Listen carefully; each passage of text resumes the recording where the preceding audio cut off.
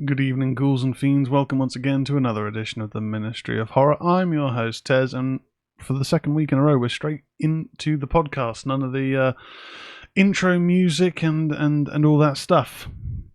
In terms of the test on whether that has, any sort of impact on discoverability, inconclusive so far. The numbers for the podcast on YouTube very much similar to usual. So yeah, shorts we do pretty nicely on YouTube, as we do on TikTok and Instagram Reels. But podcast on YouTube, I don't know what it is. It's not hitting its audience like it used to back. I suppose back with the Ministry of Slam, maybe it had more exposure then. Don't know. But we'll continue the experiment. You don't just change things after one go and move on from there. So,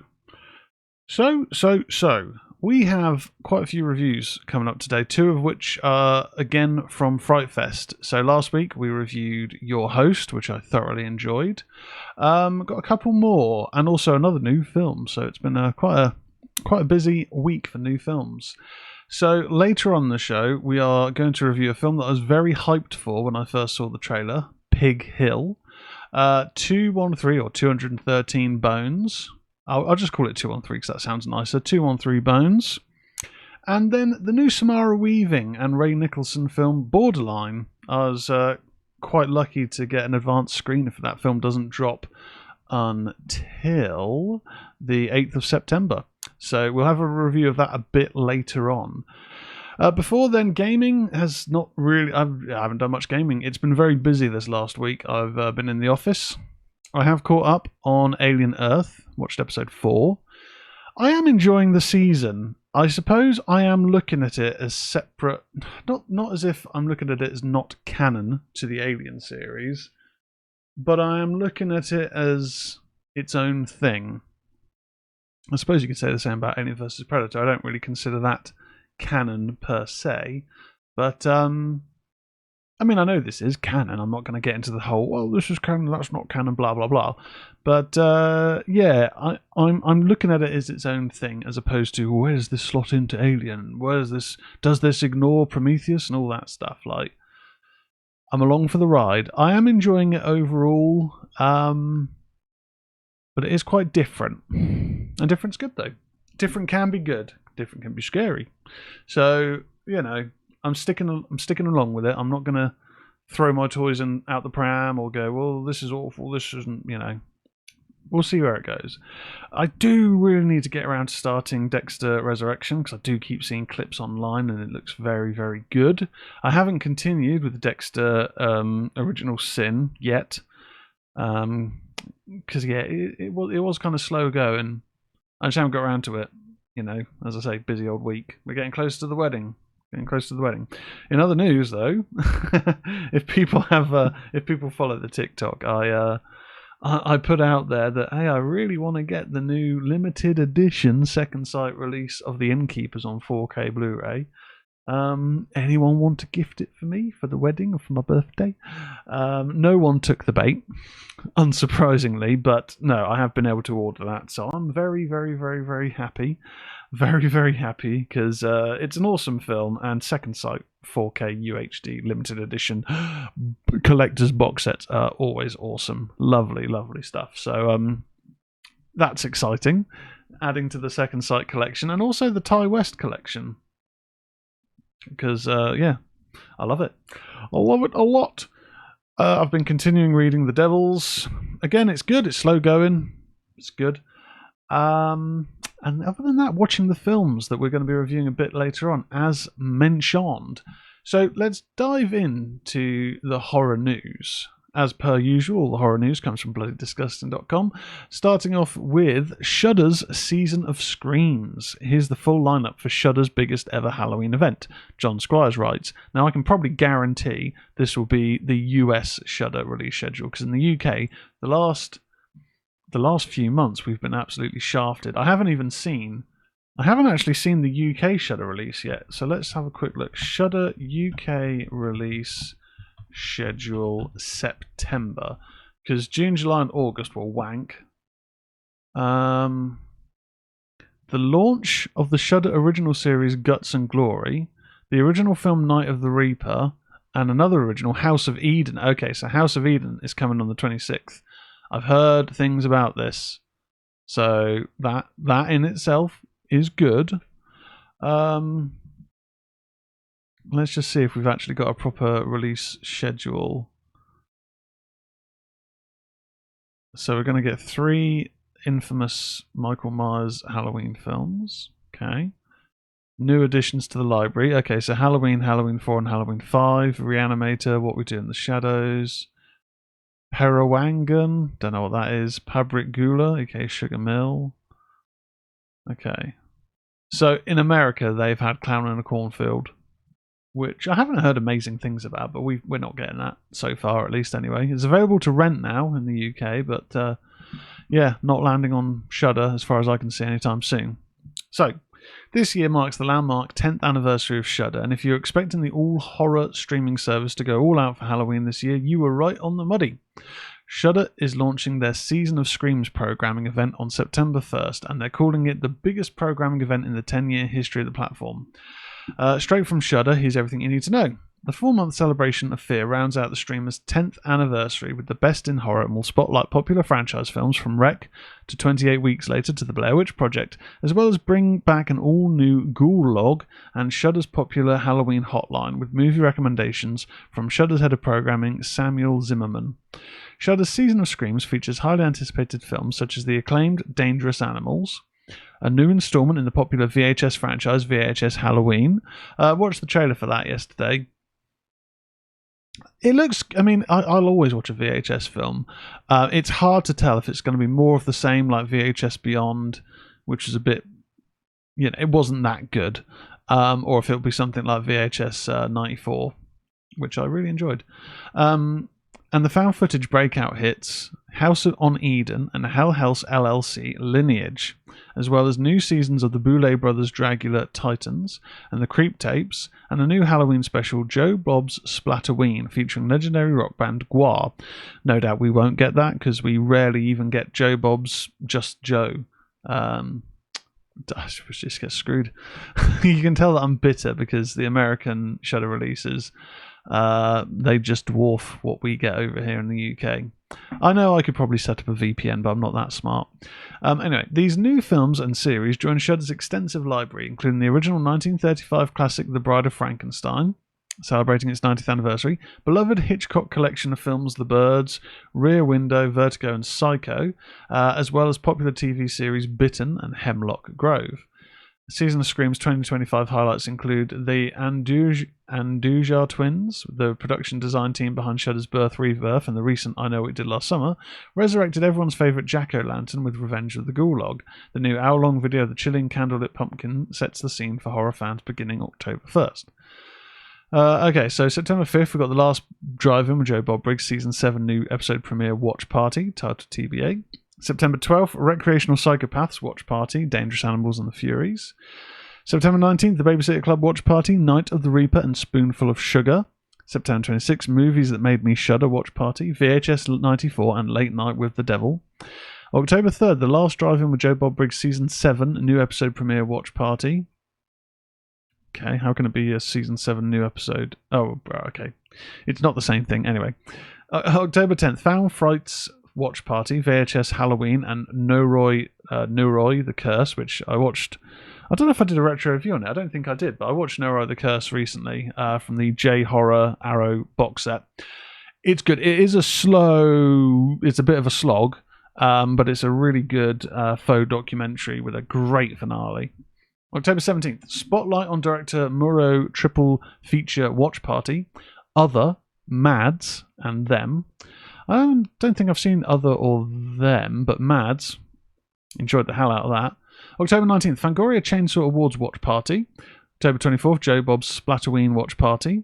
October 30th, Hell House LLC Watch Party. All 5 films, including Hell House LLC Lineage. I'm hearing very mixed things on Lineage. I'm not sure if it's just people upset that it's not found footage, but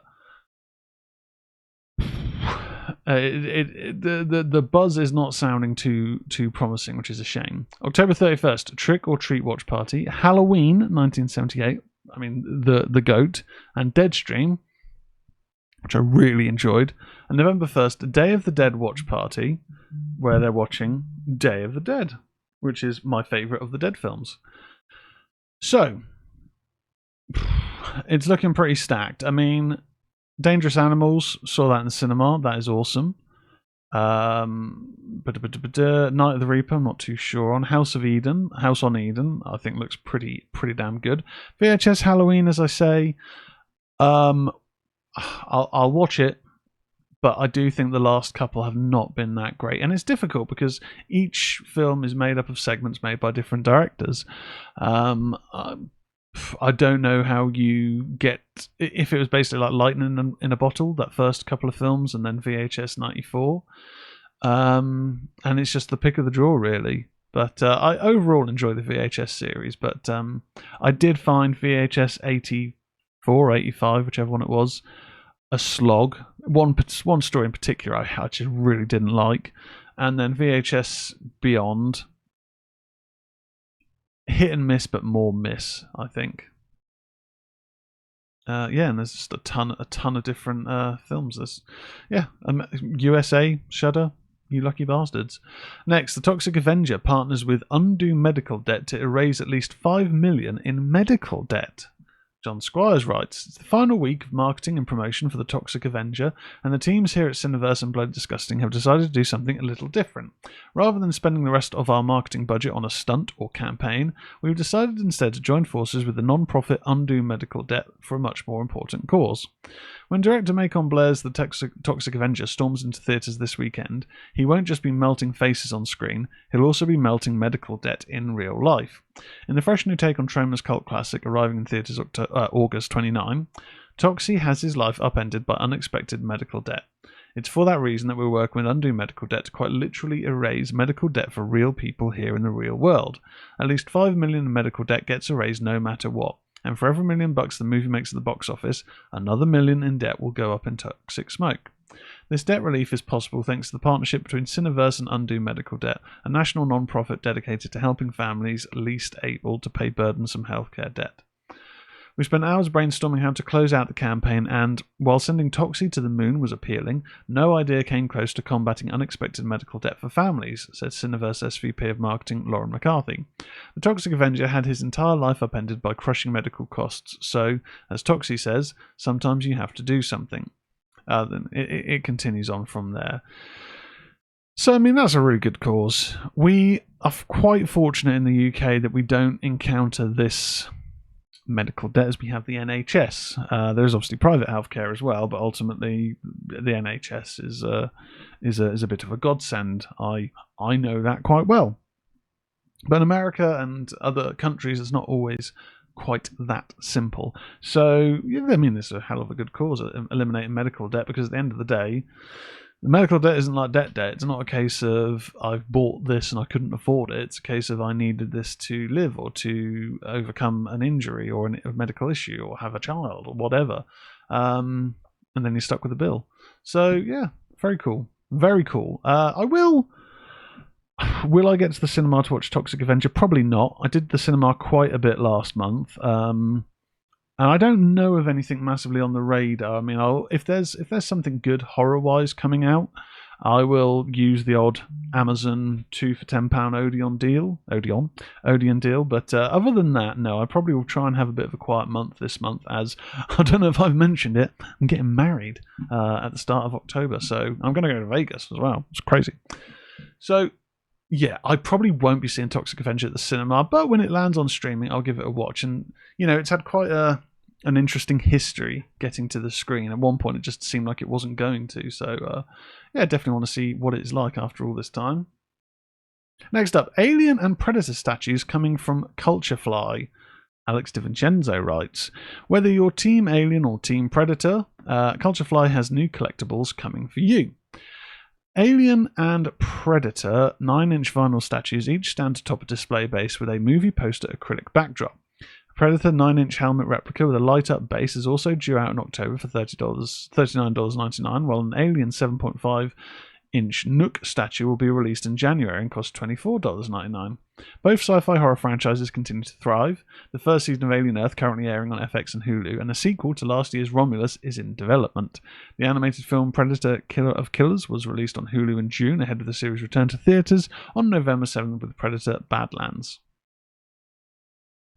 Yeah, I mean, this artwork looks cool. I suppose with the figurine, my only sort of issue when it comes to Alien memorabilia is, and it's a nerdy thing on my part, but a lot of Alien memorabilia, like statues, has the alien with its translucent skull, so a translucent head, so you can see like almost an elongated human skull underneath. I've seen the Alien films, well, Aliens especially, but I've seen the Alien films a number of times, a lot of times, and to my knowledge, never once in the Alien films do you see the skull through a translucent head like that. Let me know in the comments if I'm wrong, and if I'm just blind, and if I've got my resolution settings on my TV too dark, but I've never seen that. The closest I've seen to that look is the newborn in Resurrection, which isn't a typical xenomorph, is it? And it doesn't have the translucent head, it's just skull with the stupid eyes. But it's one of those things that I always just think, but it doesn't look like that in the film, so why are you making memorabilia like that? I don't care if that was maybe like an original idea for it. It's not how it looked. It's like saying, well, the Queen doesn't really matter because in Ridley Scott's Alien original director's cut, he had this whole egg morphing thing and he didn't like the idea of the Queen. I don't give a shit. He didn't direct the sequel, and the sequel is one of the best films ever made. The Queen is in that. Move on, accept that it is now part of the lore. It's one of those things where it's like, just because we don't like something or we prefer something doesn't mean that then becomes canon, so to speak. Bit of a rant there, but I always see that with the Alien memorabilia and think, doesn't look like that in the films though, so why is that official memorabilia? Don't know. Speaking of our boy Ridley Scott turned down $20 million Terminator 3 directing gig. I can't be bought, dude. Alex DiVincenzo writes. While answering fan-submitted questions from The Guardian, Alien director Ridley Scott revealed that he turned down a $20 million offer to helm Terminator 3 Rise of the Machines. I'm proud about this. I turned down a $20 million fee. See, I can't be bought, dude, he asserts. Someone said, ask what Arnie gets. I thought, I'll try it out. I said, I want what Arnie gets. When they said yes, I thought, fuck me, but I couldn't do it. It's not my thing. Scott continues, it's like doing a Bond movie. The essence of a Bond movie is fun and camp. Terminator is pure comic strip. I would try to make it real. That's why they've never asked me to do a Bond movie, because I could fuck it up. Released in 2003, Terminator 3 Rise of the Machines went on to be directed by Jonathan Mostow. In the same interview, the filmmaker was asked if he would make a third Alien prequel following Prometheus and Alien Covenant. Scott's response, another Alien prequel? Yeah, if I get an idea, for sure. So does that mean that they didn't have an idea for how to end it? Oh, fucking hell. Proof from Covenant that yes, that is the case. They were just dragging it out. The Alien franchise is still going strong in Scott's absence. Last year's Alien Romulus grossed $350.9 million worldwide, and the sequel's in development, while the first season of Alien Earth currently is airing on FX and Hulu. There we go. I mean, that's kind of what I've thought for a while. Too many cooks in the kitchen when it came to the Alien prequels. Yeah, Prometheus had promise. There's some good moments in it. It looks great, but the story's a bit muddled. And Covenant was a bag of shite. In my opinion, of course. Anyway, next up. Y'all know I like getting a horror collectible, right? In terms of films, physical media. Support physical media. If you love films, don't just rely on streaming, because if it gets removed from that platform, you don't have access to it. And I think that's even the same if you buy something on like Prime streaming. If you buy it, yeah, you can watch it whenever, but I think if they remove it from their library, or I think you could just lose access to it. I don't know that for certain, but I'm sure that's also potentially a risk. Whereas physical media, you own it, it is yours, and you can watch it whenever you flippin' well want. Well, anyway, Halloween 1 to 5 Steelbook collection from Imprint Films comes in a Jack-o'-lantern packaging, Alex DiVincenzo writes. Australia's Imprint Films has launched pre-orders for a massive Halloween 1 to 5 4K UHD and Blu-ray Steelbook collection housed in jack-o'-lantern packaging modelled after the original film. Limited to 1,000... Oh, fucking hell. Yeah, I've just seen the price for it. No, I can't. I'm not doing it. It's the same as... It's a similar sort of thing to the Nightmare on Elm Street Steelbook. I would love it for the collection. I ain't spending that money on it. That's too rich for my taste. Even if I wasn't getting married next month, I'm not going to spend that much on it. Also, I already own the films like 2-3 times over. Anyway, getting distracted. Limited to 1,000 individually numbered copies, the custom-made PVC display case measures 29 by 27 by 25. The pumpkin features a flickering LED light. The 13-disc set includes John Carpenter's Halloween, Rick Rosenthal's Halloween 2, Tommy Lee Wallace's Halloween 3 Season of the Witch, Dwight H. Little's Halloween 4 The Return of Michael Myers, and Dominique Othenin Girard's Halloween 5 The Revenge of Michael Myers. Each film is housed in its own steelbook case, alongside a booklet featuring new essays from Horror in Haddonfield, the untold stories of Halloween author Andrew Grevas. They sit foam inserts securely recessed at the rear of the pumpkin, which features a flickering LED light. Due out on October 29th, this bad boy will cost you, drumroll please, $326.95. Yeah, let that one sink in for a minute, huh? Let that one sink in. And also of note, oh, okay, you've got like 4K editions of films and oh wow, okay, so like for Halloween, you've got the 4K UHD theatrical, Blu-ray theatrical, Blu-ray television cut, and then an additional disc of bonus features. Halloween 2, you've got 4K theatrical, Blu-ray theatrical, Blu-ray television cut. Halloween 3, 4K, second disc Blu-ray. Okay, they've given up here. Halloween 4, 4K UHD and Blu-ray. And Halloween 5, 4K UHD and Blu-ray. It does look really nice, but I mean, that's just... That's too rich for my tastes and my wallet. Elijah Wood, next up, says Ready or Not 2 picks up immediately after the original and deepens the mythology.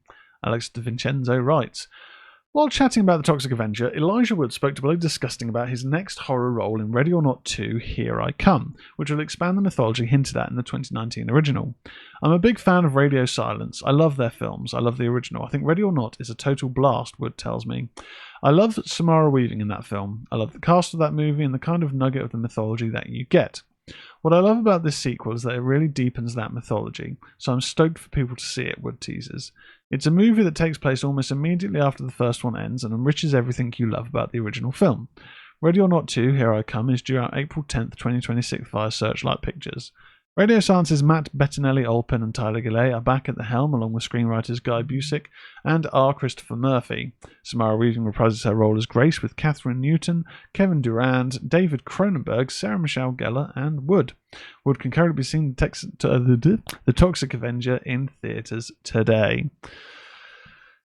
Yeah, I mean, Ready or Not, we talked about this before on the news. I enjoyed the first film. I felt that it ended quite nicely and definitively, but...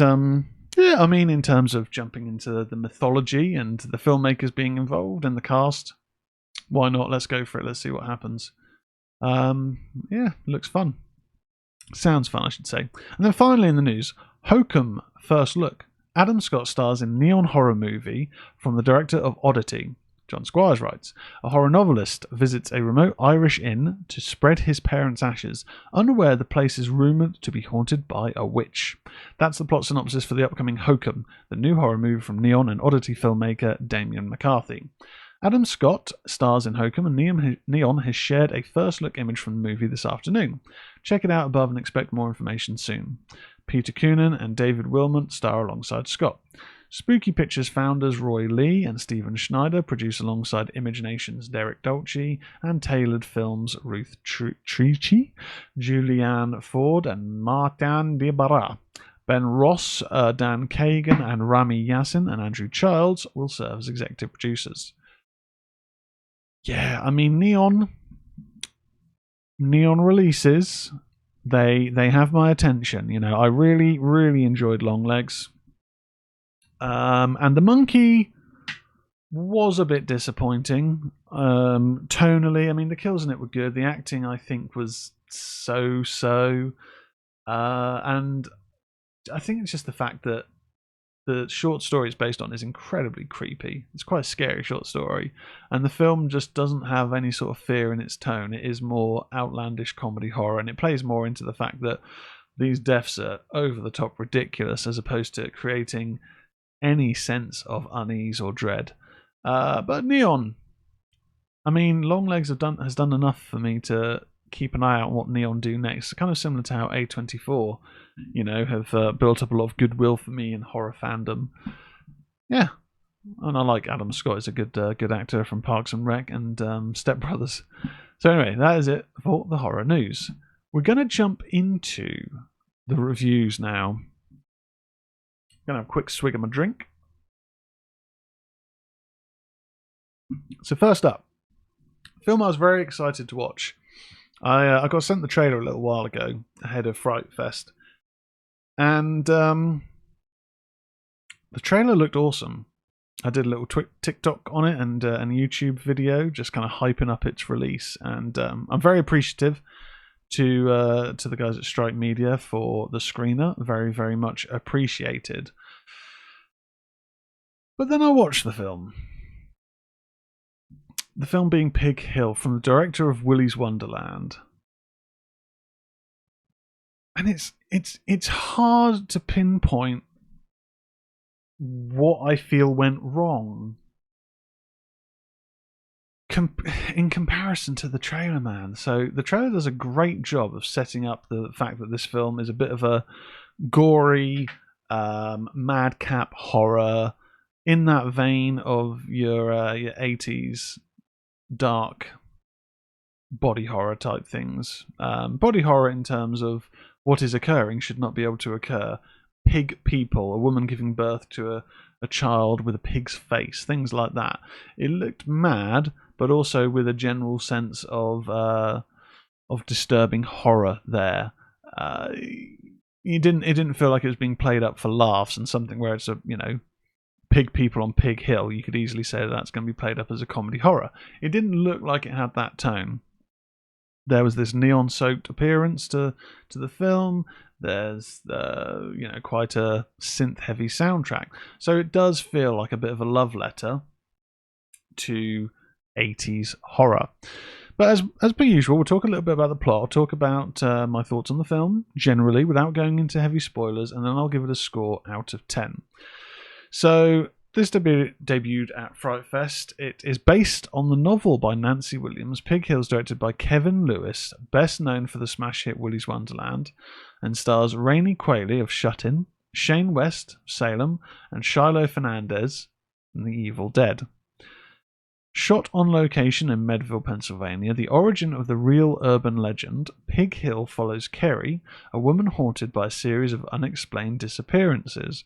As she investigates, she becomes entangled in the local lore of the pig people, uncovering a terrifying truth hidden in generations of myth.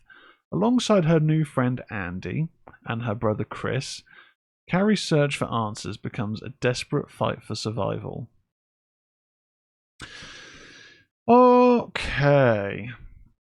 So, I mean, visually, the opening of this film, really strong. We're introduced to a couple who have gone to Pig Hill, I think for a drug deal, and also to have a little one-on-one time, if you catch my drift, before one of them is violently attacked by a pig person, and then the other one is violently attacked, but before the opening credits hit. And it really feels like it's setting a tone for that sort of uber violent, brutal slasher. But then it takes a little bit of a different approach. It's more of an investigative film. I guess maybe think like Society for a degree. Not in terms of the body horror, but in terms of we're focusing on an individual who's investigating these disappearances. There's not necessarily killings going on during that time, not like a giallo, not like a slasher, but it is more focused on their investigation into this disappearance and their own issues. They've got a strange relationship with their brother. There's more on that in the film. There's a odd situation with their ex-husband, I believe. And yeah. It then continues into this investigative part, and we get moments of pepperings in of what is actually going on with various people connected to Pig Hill and actions that people take who have maybe been to Pig Hill and have encountered the pig people, perhaps. But it is a bit of a slog. And by the time that we then get to things going south, as a horror film generally will, that's not a spoiler, and things go down quite a SA route, which is an abbreviation for, you can Google what SA reads as, but let's say an I spit on your grave type of moment. It's not an I spit on your grave film, but just to give you an idea of where things lead. It's quite dark. It's quite disturbing in that part. But as the story kind of progresses and we get the revelations of what is occurring, it all just falls apart a bit. And it's a real shame because the film looks great. The soundtrack on it is great. The acting in it is decent. Everyone does their part well. Rainey Qualley is quite a good lead, I would say. There's some moments of decent gore. It isn't as gore heavy as you would expect from the trailers, which, it's not the end of the world. I don't need a film to be super gory, and more often than not, gore can just sort of be a cover up for good storytelling. But the violence when it occurs is all right. But man, I couldn't help but finish the film feeling incredibly disappointed that it just didn't live up to the promise of the trailer. Not even a case of it didn't live up to my hype expectations, because my hype expectations are purely based on the trailer and the information of the plot. Yeah, I felt a little bit down after watching Pig Hill, just because I'd also been so buzzing to watch it. So unfortunately, the acting and the appearance of the film isn't enough to overcome the plot and the plodding pace of the film, which it's not even a long film, but it feels like it's about half an hour longer than it is. I'm unfortunately going to give Pig Hill 3.5 out of 10. It's painful, but it really missed the mark of its potential for me. Huge shame. Now, next up in the reviews, another one from FrightFest, one that I felt had a bit less fanfare, flew under the radar a little bit, 213 Bones. So this stars Luna Fujimoto, Hunter Lance, Colin Eggersfield, Dean Cameron, Liam Woodrum. So it's a twisted whodunit, set for its premiere 24th of August at FrightFest. A horror tale of overwhelming scares. The film follows a group of anthropology students as they discover that studying the past can be deadly in this slick, smart whodunit horror. When they begin finding human bones and personal property scattered around their campus, it becomes clear that a gruesomely masked maniac is brutally targeting them, and late-night study sessions turn into a frantic race to solve the attacker's identity before they all end up as a textbook homicide case. It's left to Sheriff Bracco, Laurie, the county coroner, and their teacher Kelly to help find out who the real bone-crunching assassin is before another innocent becomes the next victim. So, first thing to say for this film, if you love 90s grunge, you'll love this. The soundtrack is awesome. We've got Soundgarden, Mudhoney, there's Duran Duran for a bit more of a separate 90s thing, not necessarily grunge. Bananarama, Susie and the Banshees, the Jesus and Mary Chain, and Meat Puppets, along with others. Meat Puppets, I think it was Meat Puppets who performed with Nirvana at their Unplugged. I'm pretty sure that was the Meat Puppets, or it might have been with Alice in Chains. I'm not too sure. Get that mixed up. But soundtrack on this is awesome.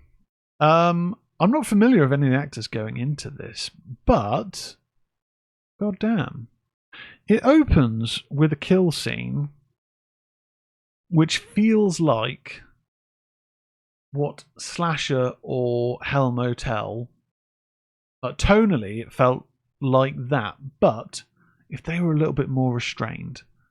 So I like Slasher. Hell Motel's okay, but those series have essentially been incredibly focused on the most gory and violent kills that they can get away with. Don't get me wrong, it's entertaining TV, and some of the things that they have happen are very inventive, very disturbing in times. There's one where a chap is left alive after having a bunch of nails drilled into the back of his head. It's absolutely horrible. But in terms of look and feel, it initially felt like that, but if done a bit better, I would have to say. When we get into meeting the cast, it very much feels authentic to the 90s. You know, there's one character who hasn't really let go of the 80s. But there's a bunch of teens who are learning about anthropology and trying to solve a murder for a school assignment before things are actually occurring. Now, I'm not a huge fan of the mask of the killer. I do think it looks a bit overtly clunky, and I may missed some dialogue if there was an explanation as to what it represents. I could well have missed that. But it's a proper throwback to Scream. It really is. In terms of tonally, the whole whodunit horror, it kind of felt to me like what I would have hoped Heart Eyes to be. So Heart Eyes, great director, great cast, had this promise of being like a modern horror rom-com, but more so a slasher whodunit, but with, you know, a bit of a comedy romanticizing to it. There's not necessarily the rom-com element here, but this just felt more authentic. It felt more like it hit the marks that Heart Eyes just didn't. Like Heart Eyes was just a bit messy. The humour didn't really work a lot of the time, and it just, I don't know, it kind of disappointed me a bit. Whereas this, I came into it with no expectations because I knew nothing really about the film. I'd watched the brief trailer on it, but I hadn't really fully watched the trailer. But yeah, I mean, I feel that Hunter Nance and Francesca Barker McCormick were standouts in this. The kills, we get a nice variety of kills in this. It's not just stab, stab, stab, that's it, move on. There's quite a nice little variety of kills going on here. When it gets to the finale, the reveal, well, that's always the bit of the gamble when it comes to a slasher whodunit. And that's probably one of the things that I roll my eyes with, but I'm used to it. With a lot of the Scream sequels, really after the first one or two, well, after the first two, I would say, the reveal of the killers has been either, oh, okay, that's interesting, or, oh, God, right, okay, what's their justification this time? You know, it doesn't affect my enjoyment of the Scream films, but some of the killer reveals are a bit, you know, eye roll. But no, I mean, overall, 213 bones, 213 bones. Don't let this fly under your radar. I actually really enjoyed it. For me, it's a solid 7.5 out of 10. It's a great slasher, good acting, soundtrack is awesome. I mean, the soundtrack is the real winner in this film for fans of 90s grunge rock. Can't go wrong. And then finally in the reviews, very fortunate to watch the new Samara Weaving, Rain Nicholson film coming to digital on September 8th in the UK, Borderline. Borderline's a dark comedy thriller from the writer of Cocaine Bear. So, a little bit about the plot. Starring Samara Weaving, Rain Nicholson, who people may know one from Smile 2, and also is Jack Nicholson's son, which is very obvious. Eric Dane, Jimmy Fails, Alba Baptista, and Patrick Cox. From Margot Robbie and Tom Eckerly's Lucky Chap Entertainment, who previously produced Barbie and Saltburn, comes Jimmy Warden's edge-of-your-seat thriller. Borderline follows a dangerously persistent stalker who invades the home of a 90s pop superstar with grand illusions of a wedding. With her life on the line and help from her loyal bodyguard, she must escape the stalker's sinister grip before they tie the knot. Borderline will be available on digital download from 8th of September. Okie dokie. So, this one, it's a mixed bag. I overall really quite enjoyed the film, but once I saw that it had the makers of Cocaine Bear and Barbie, I've not seen Barbie, surprisingly, but I've seen Cocaine Bear. I got it when it came to the tone.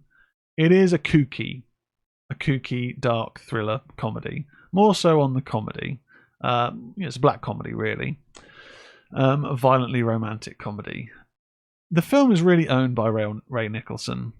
It's kind of a good introduction for him to the wider audience, because his role in Smile 2, there's a brief moment with some dialogue, but more often than not he is appearing as a vision of the main character, or as part of the parasite. But in this, he really gets to flex his chops. He very much is his father's son, not just in his mannerisms at times, but also just the smile. He has the Nicholson smile. It's quite uncanny, and he kind of just gets to go quite crazy in this film. Not so much ever crazy to the point of being. He never straddles that line of, I'm an unhinged character that's all jovial and endearing. But then, a switch has flipped, and now I'm murderous, and now I'm going to tear you apart. It never goes into that horror world. It is more just, he's an incredibly delusional man who has some violent tendencies, but it's more so he's just dangerous, and it's the people around him that are quite dangerous. But as I say, it doesn't really get into a real thriller or horror element. The focus is more so on the comedy with some darkness there. Samara Weaving's pretty good in this. I'm a fan of hers from Scream 6, from The Babysitter, but she is generally quite reserved throughout the film. There's a couple of combat moments she has with another female character,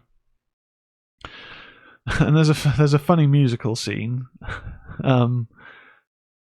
but she definitely, in comparison to Ray Nicholson, is quite reserved. She never really seems to be truly showing that she's, witnessing terror or feeling terror, I should say. It kind of more so feels like an inconvenience for her at times, and just waiting for this all to end, as opposed to a fight for life or death, or a fight to avoid the plan for Ray Nicholson's character, who basically wants to marry her and believes that they are getting married and believes that they are in love. No one's going to get in the way of that. Where this film doesn't necessarily work, I would say, is it's one of those comedy thrillers that just isn't quite funny. It's not laugh out loud funny. The situations are quite amusing. The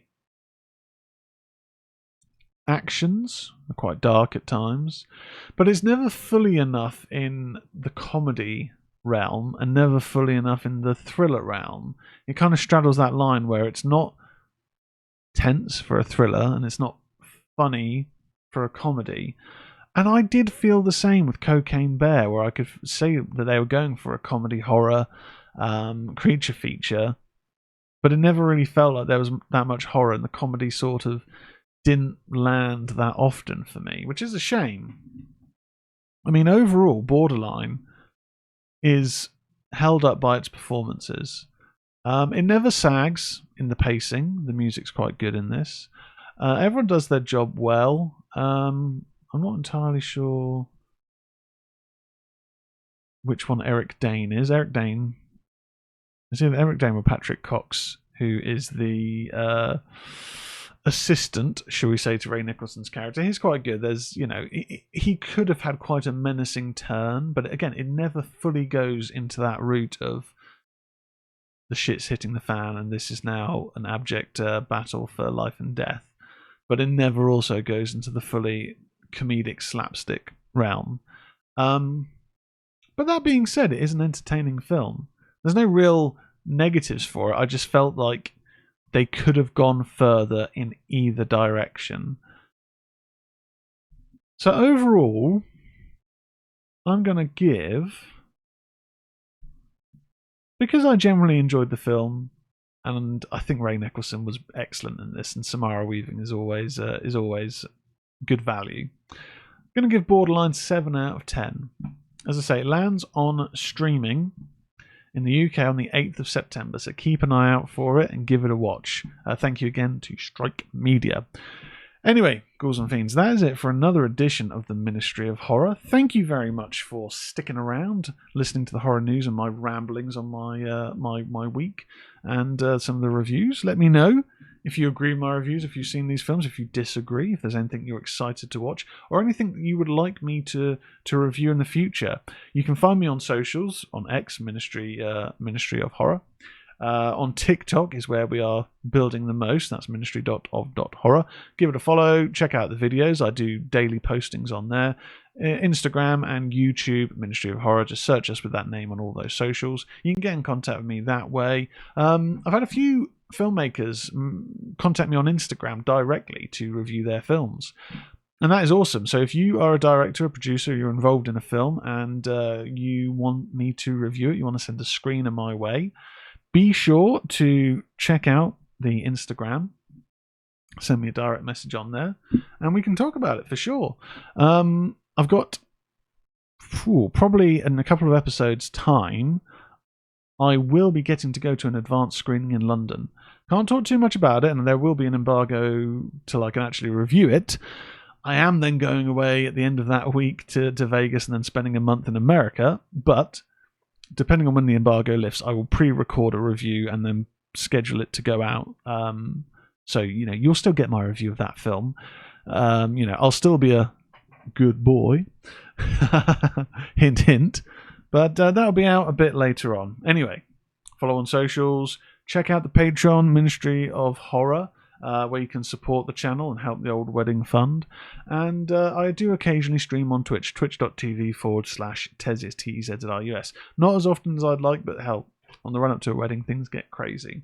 Yeah, I'll catch you guys again next time. Goodbye.